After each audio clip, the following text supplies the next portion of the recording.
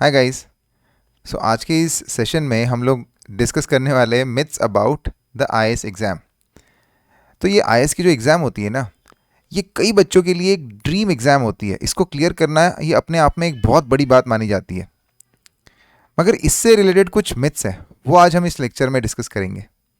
तो पहला मिथ है toughest exam in the world. क्या यूपीएससी की एग्ज़ाम ये दुनिया की सबसे टफेस्ट एग्ज़ाम है? सी, या इंडिया की सबसे टफेस्ट एग्ज़ाम है? कई बच्चों को ये बोला जाता है कि ये एग्ज़ाम जो है इसको क्लियर करना आसान नहीं है। क्यों? क्योंकि हर साल करीब करीब 7 लाख स्टूडेंट्स इस एग्ज़ाम में अपीयर होते हैं और उसमें से सिर्फ 800 बच्चे इस एग्ज़ाम को क्लियर कर पाते हैं। 700 से 800 बच्चे जितनी भी सीट्स अवेलेबल होती है। बट क्या एक्चुअल में ये फिगर राइट है? हाँ, बिल्कुल सही है। मगर इसको अगर हम एनालाइज करें तो उन 7 लाख बच्चों में जो एक्चुअल सीरियस कैंडिडेट्स हैं, जिनको एक्चुअल में पढ़ाई करनी है, वो है अराउंड 1 से 1.5 lakh. 1 to 1.5 lakh students are actually serious about giving UPSC exam. But उन 1 से 1.5 लाख बच्चों में भी कई बच्चे ऐसे होते हैं जिनको डायरेक्शन नहीं मिलती, जो कई दूर दराज के एरिया में रहते हैं जहाँ पे इंटरनेट की भी फैसिलिटी अवेलेबल नहीं होती, तो उस वजह से coaching facilities for that matter is not available. तो इन सब रीजंस की वजह से वो यूपीएससी की प्रिपरेशन अच्छे से कर नहीं पाते। मैं ये नहीं कह रहा हूँ कि कोचिंग की ज़रूरत होती ही है यूपीएससी क्लियर करने के लिए, मगर कई बच्चों को इन सब फैसिलिटीज़ की अभाव के कारण वो यूपीएससी की प्रिपरेशन अच्छे से नहीं कर पाते। तो अगर इसमें से भी अगर हम फिल्टर आउट कर दे तो अराउंड 50,000 स्टूडेंट्स होते हैं जो गाइडेंस के साथ, उनको गाइडेंस होता है, and along with that these students are actually very serious about their preparation. अब इन 50,000 स्टूडेंट्स में से करीब करीब 12 से 13,000 स्टूडेंट्स जो है यूपीएससी सिलेक्ट करती है मेंस एग्जामिनेशन के लिए। और इस मेंस एग्जामिनेशन को क्लियर करने के बाद करने के लिए यूपीएससी अराउंड 3,000 बच्चों का चयन करती है। अब इन 3,000 बच्चों में से 800 सीट्स निकलेगी और उन 800 सीट्स पे अलग अलग यूपीएससी की पोस्ट अलोकेट कर दी जाएगी। अब समझने वाली बात यह है कि जो ये नंबर बताया जाता है कि 7 लाख बच्चों में से 800 बच्चे सिलेक्ट होने वाले हैं, ये नंबर ही गलत है। क्योंकि अगर सीरियस कैंडिडेट्स की अगर बात करें तो वो सिर्फ 50,000 है। तो इसका अगर हम लोग इस पे अगर हम नज़र डालें तो ये समझ में आता है कि ये एग्ज़ाम टफेस्ट एग्ज़ाम वर्ल्ड में, फॉर दैट मैटर ये एग्ज़ाम टफेस्ट इन इंडिया भी नहीं है वैसे तो। हाँ, चुनौतियाँ काफ़ी होती है इस एग्ज़ाम में। इस एग्ज़ाम को टफ इसलिए माना जाता है क्योंकि rather than the difficulty level of the examination, it is more about, this exam is about persistence. इसके अंदर persistence की बहुत ज़रूरत होती है। आपको कंटिन्यूसली लगा रहना पड़ता है। कई बार ऐसा होता है कि आपने यूपीएससी की अलग अलग level, first level prelims mains clear करने के बाद आप इंटरव्यू में अगर फेल हो गए तो आपको फिर से प्रीलिम्स देनी पड़ जाएगी। तो उसी वजह से फ्रस्ट्रेशन आती है, बच्चे उसमें अपना जो धैर्य है वो खोने लग जाते हैं। तो ये सारी चीज़ें पे अगर हम ओवरकम कर जाए तो ये एग्ज़ाम फिर इतनी डिफ़िकल्ट नहीं रहेगी। तो basically persistence is the key in order to clear this exam, और वही चीज़ की जो कमी है वो काफ़ी स्टूडेंट्स में पाई जाती है। Next is one needs to study for 13 to 15 hours per day. क्या 13 से 15 घंटा पढ़ना ज़रूरी है इस एग्ज़ाम के लिए? बिल्कुल नहीं। एक कॉमन साइंटिफिक स्टडी ये कहती है कि कभी भी आप अगर पढ़ने बैठो तो उसके लिए आप 1 से 1.5 घंटे के ऊपर, 1 to 1.5 आवर्स के ऊपर आप कंसंट्रेट नहीं कर पाते। और पूरे दिन पूरे फोकस के साथ पढ़ाई करने के लिए आपको करीब करीब 8 घंटे की, 7 से 8 घंटे की नींद ज़रूरत होती है। अब 7 से 8 घंटे पढ़ने नींद लेने के बाद उसके बाद दिन में आप खाना खाओगे, आपको बहुत सारी चीज़ें होती है जो आप दिन में करना चाहोगे। उसके बाद अगर आपके पास, आप ये बोलोगे मेरे पास फिर भी 13 से 15 घंटे टाइम मिल रहा है, तो वो गलत है। एक जेन्युइनली अच्छे फोकस के साथ यूपीएससी एग्जाम अगर क्लियर करनी है तो उसके लिए हर दिन करीब करीब 7 से 8 घंटे की पढ़ाई इनफ होती है। 9 घंटे तक भी चल सकता है, but 7 to 8 hours is generally enough to clear this exam. मगर बात वही हो गई, जो बच्चे 13 से 15 घंटे पढ़ना ये क्लेम करते हैं वो बच्चे पूरे फोकस के साथ कभी नहीं पढ़ पाते। तो उनकी जो प्रोडक्टिविटी होती है वो काफ़ी कम होती है। बट बाकी बच्चे इसी चीज़ से काफ़ी डर जाते हैं कि वो इतने देर तक पढ़ते। तो basically one need to understand this, rather than seeking for quantity you have to seek for quality. तो वो जो 7 से 8 घंटे की जो आप पढ़ाई करते हो ना, वो इतनी क्वालिटेटिव, इतनी फोकस्ड होनी चाहिए कि आप उसमें ही सारी चीज़ें अच्छे से समझ जाओगे, आप उनको बहुत अच्छे से, आपको कंसेप्ट समझ में आएगी, आप उस चीज़ों को याद रख पाओगे। ठीक है। So basically, it's more about quality which you are putting in rather than the quantity. Next is English medium candidates have upper hand over regional language students. ऐसा नहीं है कि अब पिछले कुछ सालों से ये देखा गया है कि इंग्लिश मीडियम के स्टूडेंट्स जो है वो ज़्यादा सिलेक्ट होते हैं यूपीएससी के एग्जाम में rather than Hindi medium. But क्या ये डिफ्रेंसिएशन यूपीएससी ने कर रखा है? देखो, अगर यूपीएससी इस चीज़ को अगर मानती है तो फिर ये स्टेटमेंट सही हो जाएगा. बट यूपीएससी इसको नहीं मानती. यूपीएससी कभी भी हिंदी मीडियम और इंग्लिश मीडियम के बच्चों में डिफरेंस क्रिएट नहीं करती. तो फिर भी हिंदी मीडियम के बच्चे कम क्यों है? Because there are certain reasons behind this. First of all, resources. जिन चीज़ों की ज़रूरत होती है, रिसोर्सेज मतलब नोट्स, फॉर एग्जाम्पल किसी अच्छे नोट्स की अवेलेबिलिटी होना, current affairs, economy, geography, polity, इनकी जो एक्चुअल अच्छी नोट्स होती है वो हिंदी मीडियम के बच्चों के पास अवेलेबल नहीं होती. दूसरी बात ये होती है कि गाइडेंस जो होता है, again that is not available with the Hindi medium students to that particular extent. कई एजुकेटर्स, कई जो टीचर्स है वो आज भी ट्रेडिशनल मेथड फॉलो करते हैं अपने कुछ टॉपिक्स को पढ़ाने के लिए. जो आज से 10 साल पहले वो पढ़ा रहे थे वही चीज़ आज भी वो वही चीज़ें पढ़ा रहे हैं, जो आज काफ़ी हद तक इरेलेवेंट हो गई है. तो उसी वजह से हिंदी मीडियम का बच्चा एक्सेल नहीं कर पाता. अब बात इधर ये नहीं है कि हिंदी मीडियम का बच्चा जो है वो क्लियर नहीं कर पाएगा. अगर उसको भी राइट गाइडेंस मिल गया तो वो बच्चा ज़रूर क्लियर कर पाएगा. वो बच्चा ज़रूर इंग्लिश मीडियम के स्टूडेंट के साथ भी टक्कर ले पाएगा. It is all about the fact that they do not get proper guidance, they do not have proper resources available with them, right? तो इन चीज़ों के अभाव की वजह से हिंदी मीडियम का बच्चा जो है वो compete कर नहीं पाता. Next is only IIT IIM students can clear this exam. आपने इन दिनों कई बार ऐसा देखा होगा कि IAS जो बच्चे बन चुके हैं वो अपनी पुरानी मार्कशीट्स बताते कि रुक्मिणी अय्यर फॉर एग्जाम्पल जो रैंक 2 आई थी आई थिंक 2013 में, अब रुक्मिणी अय्यर जो है वो 6th स्टैंडर्ड में फेल भी हुई थी. ऐसा मैंने कई पे एज इन इंटरनेट पे कई जगहों पे ऐसा लिखा भी हुआ है. Along with that there are so many IAS IPS students, IAS IPS candidates who clear this exam. They have failed in their 10th exam, 12th exam. कभी कभी वो उनके ग्रेजुएशन में भी 1-2 साल के लिए उनको ड्रॉप लग जाता है. देखो, बात यह है कि यूपीएससी की एग्जाम आपके प्रीवियस रिकॉर्ड्स पे फोकस नहीं करती. अगर ये एग्जाम जो है ये सिर्फ 1 साल, it requires only 1 year of dedicated efforts. 1 साल अगर आपने बहुत अच्छे से मेहनत ले ली तो इससे कोई फर्क नहीं पड़ता कि क्या आप पीछे फेल हुए थे या पास हुए थे. You still have the capacity to clear this exam. Okay, so 1 साल 2 साल की मेहनत होती है ये.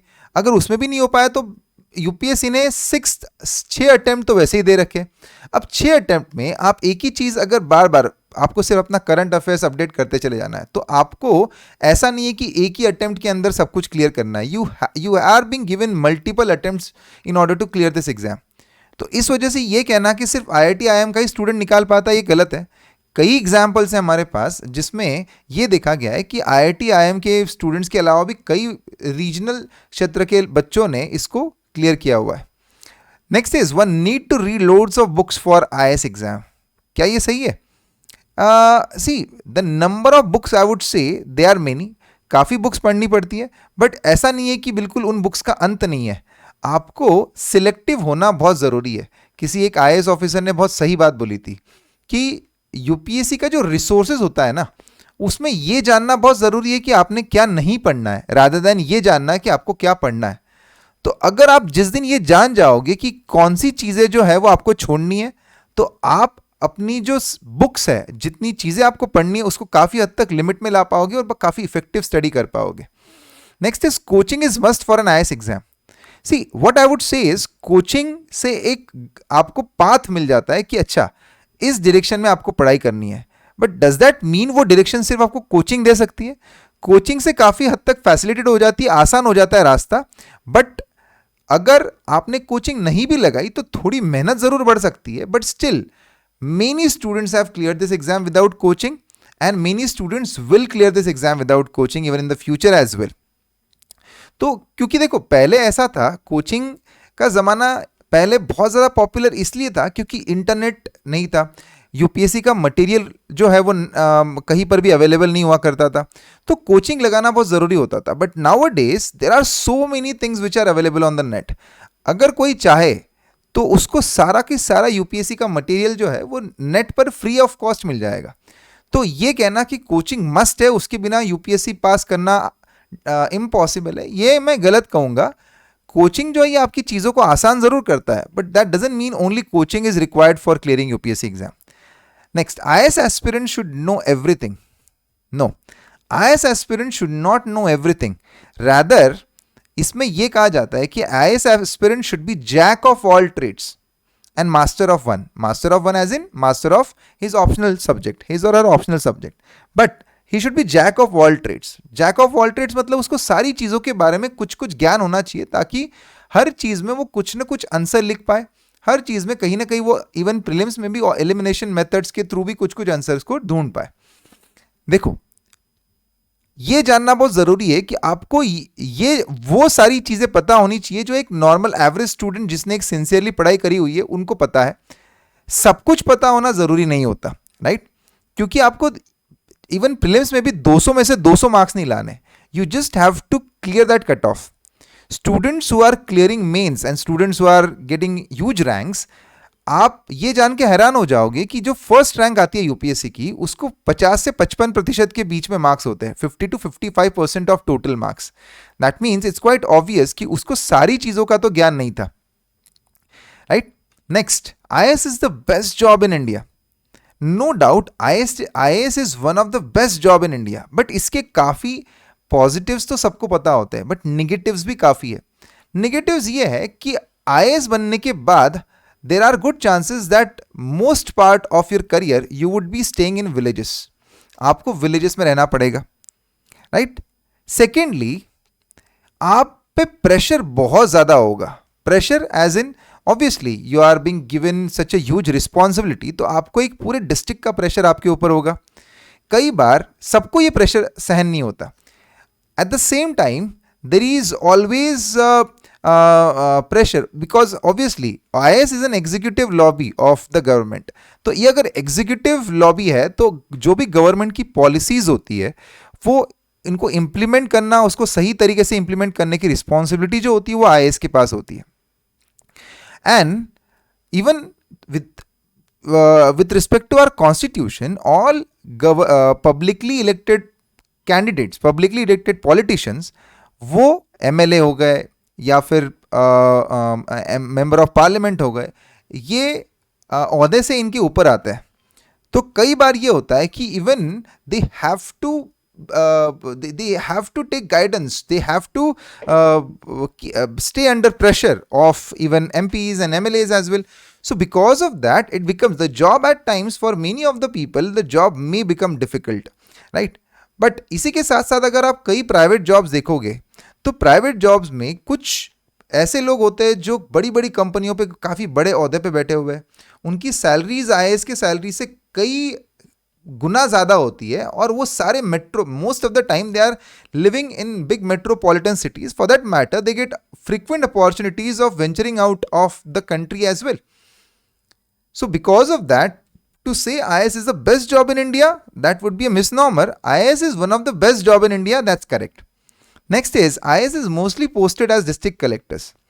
See, IAS is throughout the career of around 30 to 35 years, करीब करीब 4 से 5 साल तक या 6 साल तक IAS जो है वो कलेक्टर रहता है, डिस्ट्रिक्ट कलेक्टर रहता है. But most of the time of their career either they stay as a principal secretary or joint secretary or somewhere in the ministry itself. तो उनको जो डिस्ट्रिक्ट कलेक्टर, उनके हाथ में जो डिस्ट्रिक्ट का चार्ज होता है वो उनके करियर के 5 से 6 साल तक ही होता है. कई बार तो ऐसे IAS ऑफिसर्स होते हैं जिनको डिस्ट्रिक्ट का चार्ज थ्रू आउट उनके करियर में कभी नहीं मिल पाता. तो ये भी एक बहुत बड़ी रियलिटी है, क्योंकि हम हमेशा जब IAS के पोस्टर देखते तो हमें ये दिखता है कि एक डिस्ट्रिक्ट में वो घूम रहा है और डिस्ट्रिक्ट में सब लोग उसको देख रहे हैं और सिंघम वाली power. But then most of the time, even in case of IPS as well, he remains SP for only 7 to 8 years of his or her career. बाकी तो then they would stay IG or DIG rank, ADG, जिसमें उनको district का charge नहीं होता, right? Next, luck is must to clear an IAS exam. Luck is not must, but luck is important in certain aspect. अगर आप ये जानना चाहो कि परसेंटेज में तो around 90 to 95% is all your efforts, 5 to 10% is luck, which I would say. Would luck be in that case? I would say in case of interview, luck is important, but otherwise, mains is all about your efforts. Prelims is all about your efforts. So you have to take a lot of efforts in order to clear prelims and mains, and then only we can talk about luck and all, which still plays a very minuscule role in order to clear an IAS exam. मेहनत का फल IAS में जरूर मिलता है, तो मेहनत ज्यादा जरूरी होती है rather than talking about luck and all. Next, one need to be graduate to appear for an IAS exam. बात तो सही है, वैसे तो लिखा तो यही है कि ग्रेजुएट होना जरूरी है, बट अपियर होने के लिए आपने ग्रेजुएट होना जरूरी नहीं है. आप अगर अपने ग्रेजुएशन के थर्ड ईयर में हो, सेकेंड लास्ट ईयर में हो, तो भी आप यूपीएससी एग्जाम में अपियर जरूर कर सकते हो. बट अगर जिस दिन अगर आप पास हो गए तो उस वक्त आपके पास ग्रेजुएशन सर्टिफिकेट होना चाहिए, या फिर एटलीस्ट प्रोविजनल सर्टिफिकेट होना बहुत जरूरी है. Right, so if you have a provisional certificate, तो कई स्टूडेंट तो ऐसे होते हैं जिन्होंने अपना ग्रेजुएशन कंप्लीट किया और उसी साल वो आईएएस भी बन गए. तो प्रोविजनल सर्टिफिकेट मिला के आप आईएएस की एग्जाम पास जरूर कर सकते हो. सो सेकेंड लास्ट ईयर में भी आप आईएएस की एग्जाम के लिए अपियर कर सकते हो. Next, your qualification and communication skill will decide your fate in interview. See understand this, qualification आपका क्या रहा, आपका कम्युनिकेशन स्किल कैसा है, उससे ज्यादा आपका ओवरऑल नॉलेज कितना स्ट्रांग है, this thing will play a very big role in your selection. तो आपने चीज़ों का आंसर कैसे दिया, किस तरीके से दिया, आप कितने कॉन्फिडेंट थे, ये चीज़ें ज़्यादा मैटर करती है. ये नहीं मैटर करता कि आपको इंग्लिश आती है कि नहीं आती है, आप आईआईटी आईएम से पास आउट हुए हो या नहीं हुए हो, ये चीज़ें कम मैटर करती है rather than that your answer, the way you are tackling the situation, आप कितने प्रेशर में हो, आप कैसे आंसर दे रहे हो, इन चीज़ों पे ज़्यादा फोकस किया जाता है. Next is, so called seniors are more knowledgeable than fresher. देखो, सीनियर का मतलब जिन बच्चों ने कम से कम 3, 4, 5 अटेम्प्ट दे दिए उनकी बात कर रहा हूं. अब जिन्होंने 3, 4, 5 अटेम्प्ट दे दिए, ये जाहिर सी बात है कि कहीं ना कहीं उनके प्रिपरेशन में कोई ना कोई खामी रह गई होगी, इसी वजह से वो अभी तक क्लियर नहीं कर पा रहे. तो ये कहना कि उनको ज़्यादा नॉलेज है और उनको हम compete नहीं कर पाएंगे, कई बार बच्चे जो फर्स्ट अटेम्प्ट में जो होते हैं उनको इस चीज़ से ज़्यादा डर लगता है कि इसको इतना ज़्यादा आता है, इसने ऑलरेडी 3-4 साल से प्रिपेयर कर रहा है, तो क्या मैं इसके बराबरी पे कभी आ पाऊंगा. हाँ, बिल्कुल आ पाओगे. यूपीएससी के एग्जाम में एक लेवल अचीव करने के लिए आपको 1 साल चाहिए, उसके बाद सिर्फ वैल्यू एडिशन होती है जो बहुत थोड़ी थोड़ी होती है. So if you study for 1 year quite religiously, then there are very good chance that you will be able to clear this exam with flying colours. Next, civil services training is all fun. देखो, मज़ा तो है, but ऐसा नहीं है कि बस उसमें मज़ा ही मज़ा है. See, it's very difficult one, mentally, physically, it is a very draining training sessions. आपको जैसे ही आप लबासना में जाते हो, तो आप लाल बहादुर शास्त्री एकेडमी में जाते हो, तो वहाँ पर आपको फिजिकली आपका एंड्योरेंस बढ़ाने के लिए आपको हिमालयाज़ की ट्रेकिंग होती है. आपको कई बार 7-7, 8-8 दिन तक विलेजेस में रहना पड़ता है, जहाँ पे आपको विलेजर्स की सारी प्रॉब्लम समझनी पड़ती है. आपको इंडिया के गाँवों में क्या प्रॉब्लम्स है ये समझने के लिए आपको वहाँ पे रहना पड़ता है. इसी के साथ साथ दिन में कम से कम 7-8 घंटे के तो आपके वहाँ पर क्लासेस होती है, जिसमें आपको हर सब्जेक्ट के बारे में, regarding our constitution, regarding various economy and हर चीज़ के बारे में इंफॉर्मेशन दी जाती है. हर चीज़ के एक्सपर्ट्स आते हैं जो आपके साथ डिस्कस करते हैं. तो ट्रेनिंग जो है ये काफ़ी ज़्यादा मेहनत वाली है. इसमें ऐसा नहीं है कि सिर्फ फ़न ही फ़न है. Although yes, there are certain fun moments which are also there. आप अगर कई बार आपने यूट्यूब पे देखा होगा तो वो सिर्फ फन मोमेंट्स बताते हैं, जैसे एनुअल इवेंट्स जो होते हैं वहाँ पर, dance events and various events which are being shown over there, यही दिखाए जाते हैं. बट एक्चुअली जो ट्रेनिंग होती है वो काफ़ी ग्रूलिंग होती है. CSAT is a piece of cake. कई स्टूडेंट्स के इस रवैये की वजह से कि सीसैट जो है ये बिल्कुल पीस ऑफ केक है और इसको तो मैं आसानी से क्लियर कर लूँगा, इस वजह से जीएस में अच्छे मार्क्स होने के बावजूद वो बच्चे सीसैट में फेल हो जाते हैं. राइट, तो उसी वजह से वो प्रीलिम्स क्लियर नहीं कर पाते. सो सीसैट ईजी तो है, but then still at least 1 month of some preparation is required in order to clear CSAT paper as well. So CSAT is not piece of cake, और ये भी UPSC भी ये देख ही रहा है. तो हर साल, हर बढ़ते साल के साथ UPSC जो है वो CSAT की जो डिफ़िकल्टी लेवल है वो थोड़ी बढ़ा रहा है. तो उस वजह से कई पहले CSAT में फेल होने वाले स्टूडेंट्स की संख्या काफ़ी कम हुआ करती थी, बट ये संख्या दिन बर दिन बढ़ती चली जा रही है. तो कभी भी CSAT को लाइटली मत लेना. Next, NCERTs are enough to clear prelims. NCERTs ये बहुत ही बेसिक होती है, फाउंडेशन बनाने के लिए काफ़ी अच्छी होती है, वो पढ़ना ज़रूरी है. बट ये सोच लेना कि NCERTs ये इनफ होगी प्रीलिम्स क्लियर करने के लिए, तो ये बहुत बड़ी गलती होगी. NCERTs के अलावा कई चीज़ें जो होती है वो आपको पढ़नी होती है, जो आपको नोट्स में आपके कोचिंग में भी बताई जाएगी, जिसके थ्रू आप अपना बेस, आपका सब्जेक्ट का नॉलेज इन्हांस कर सकते हो. If you fail to clear UPSC, your life is doomed. ऐसी बात नहीं है कि UPSC अगर आप फेल कर गए तो आपकी लाइफ डूम हो गई, अब आपकी लाइफ में कुछ नहीं बचा. जाहिर सी बात है कि किसी स्टूडेंट ने अगर कम से कम 5-6 साल तक अगर उस एग्ज़ाम के लिए प्रिपेयर किया हुआ है, तो उसको वो एग्ज़ाम क्लियर ना होने पे बहुत बड़ा झटका लगता है, और वो उस सदमे से उभरने के लिए उसको काफ़ी एफर्ट्स लेने पड़ते हैं. बट ये सोच लेना कि नहीं अब लाइफ ख़त्म हो चुकी है, ये बिल्कुल गलत है. कई, आपको एग्जाम्पल देने के लिए बता रहा हूँ कि कई कोचिंग्स होता है. आप दिल्ली में देखोगे, पूना में, बैंगलोर में, चेन्नई में, there are so many coaching institutes are there. Many of them are successful as well. अब उन कोचिंग जो लोग उन कोचिंग को चला रहे हैं, many of them have given their UPSC attempts but they could not clear, but still they are at the top of their career, right? If you want to take an example, there are so many, even our Mrunal sir in Unacademy, he has also given UPSC somewhere down the line in his life. But then at the end of the day, even if he couldn't clear UPSC exam, today he is considered as one of the greatest teacher UPSC has ever produced. So my point over here is कि ऐसा नहीं है कि UPSC clear नहीं कर पाया तो कुछ नहीं हो पाता लाइफ में. There are basically a student, a person who has studied UPSC quite seriously, उसको इतना नॉलेज होता है कि there are so many fields in which he or she can venture out and they can actually make things work. So yes, after UPSC, still you will always have an advantage if you have studied well. Next, number of attempts are directly proportional to probability of clearing an IAS exam. ऐसा बिल्कुल नहीं है. आप जितने attempts देते चले जाओगे उतना आपके IAS होने के चांसेस बढ़ते चले जाएंगे. नहीं, कहीं ना कहीं आप जब तक आप अपनी गलतियों से नहीं सीखोगे, उनको इम्प्रूव नहीं करोगे, तब तक आप कभी भी ये नहीं सोच सकते कि अब मेरा UPSC का एग्जाम क्लियर हो ही जाएगा. You have to keep improvising. Choose most scoring optional. ये मोस्ट स्कोरिंग की कंसेप्ट जो है ये मिसनॉमर है बेसिकली. क्यों? क्योंकि UPSC का जो ट्रेंड है ये यही देखा गया है कि हर 3-4 साल तक कोई ऑप्शनल काफ़ी UPSC का फेमस होता है, फेवरेट होता है, और उसके बाद उस ऑप्शनल में UPSC ऐसे पेपर डिज़ाइन करता है कि स्टूडेंट्स अचानक से उसमें काफ़ी कम मार्क्स मिलना शुरू कर देते हैं. 2010, 11, 12 तक ज्योग्राफी और पब्लिक एडमिनिस्ट्रेशन काफ़ी फेमस ऑप्शनल हुआ करते थे. But after that, UPSC has made those optional papers so difficult that now students are struggling to score more marks in it.